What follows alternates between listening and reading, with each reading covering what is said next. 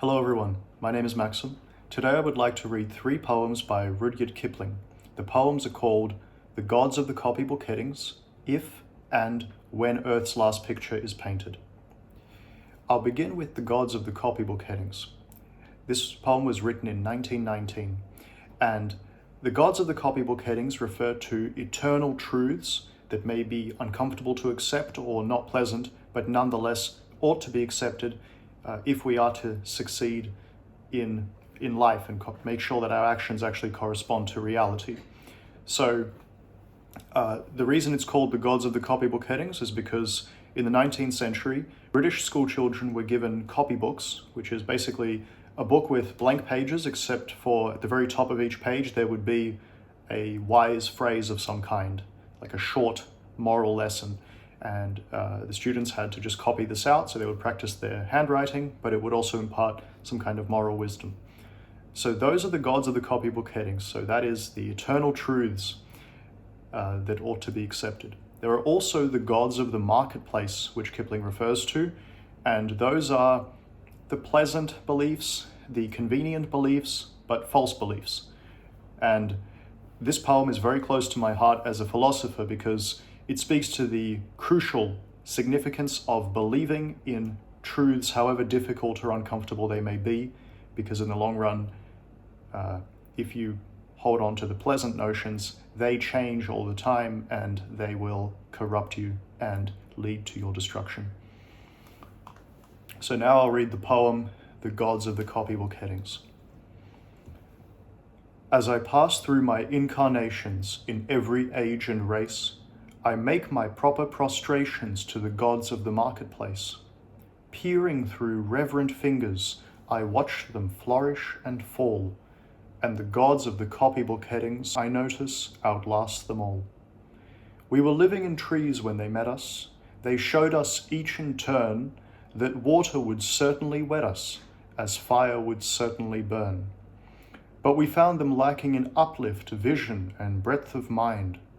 So we left them to teach the gorillas while we followed the march of mankind. We moved as the spirit listed. They never altered their pace, being neither cloud nor wind-born like the gods of the marketplace. But they always caught up with our progress, and presently word would come that a tribe had been wiped off its ice field, or the lights had gone out in Rome. With the hopes that our world is built on, they were utterly out of touch. They denied that the moon was Stilton. They denied she was even Dutch. They denied that wishes were horses. They denied that a pig had wings. So we worship the gods of the market who promised these beautiful things. When the Cambrian measures were forming, they promised perpetual peace. They swore if we gave them our weapons, that the wars of the tribes would cease. But when we disarmed, they sold us and delivered us bound to our foe. And the gods of the copybook headings said, "Stick to the devil you know." On the first Firminian sandstones, we were promised the fuller life, which started by loving our neighbor and ended by loving his wife. Till our women had no more children, and the men lost reason and faith, and the gods of the copybook headings said, "The wages of sin is death." In the Carboniferous epoch, we were promised abundance for all by robbing selected Peter to pay for collective Paul. But though we had plenty of money, there was nothing our money could buy, and the gods of the copybook headings said, "If you don't work, you die." Then the gods of the market tumbled, and their smooth-tongued wizards withdrew, and the hearts of the meanest were humbled, and began to believe it was true, that all is not gold that glitters, that 2 and 2 make 4, and the gods of the copybook headings limped up to explain it once more. As it will be in the future, it was at the birth of man. There are only 4 things certain since social progress began: that the dog returns to his vomit, and the sow returns to her mire, and the burnt fool's bandaged finger goes wabbling back to the fire, and that after all this is accomplished, and the brave new world begins, when all men are paid for existing, and no man must pay for his sins. Surely as water will wet us, surely as fire will burn, the gods of the copybook headings with terror and slaughter return.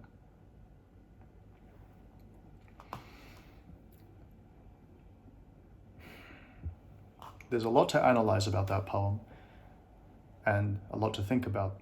It criticizes many social constructs like socialism in the stanza on the Carboniferous epoch. In the stanza on Cambrian measures, it criticizes disarmament and the idea that we must trust the state with our fate.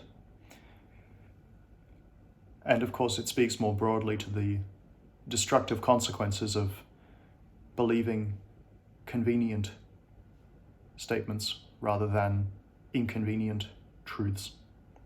So it's a very philosophical and specifically epistemological poem. Let's move on to the next poem, which is called When Earth's Last Picture is Painted. This is a shorter poem, and it's a poem about the end of the world and the building of a new world. And I don't fully know what to make of it, but it's very beautiful, and in fact I found quite differing interpretations, so I'll just read it without an analysis. When Earth's last picture is painted, and the tubes are twisted and dried, when the oldest colours have faded, and the youngest critic has died, we shall rest, and faith we shall need it, lie down for an aeon or two, till the master of all good workmen shall put us to work anew. And those that were good shall be happy, they shall sit in a golden chair, they shall splash at a 10-league canvas with brushes of comet's hair. They shall find real saints to draw from, Magdalene, Peter and Paul. They shall work for an age at a sitting and never be tired at all. And only the Master shall praise us, and only the Master shall blame. And no one will work for the money, and no one will work for the fame. But each for the joy of the working, and each in his separate star, shall draw the thing as he sees it, for the God of things as they are.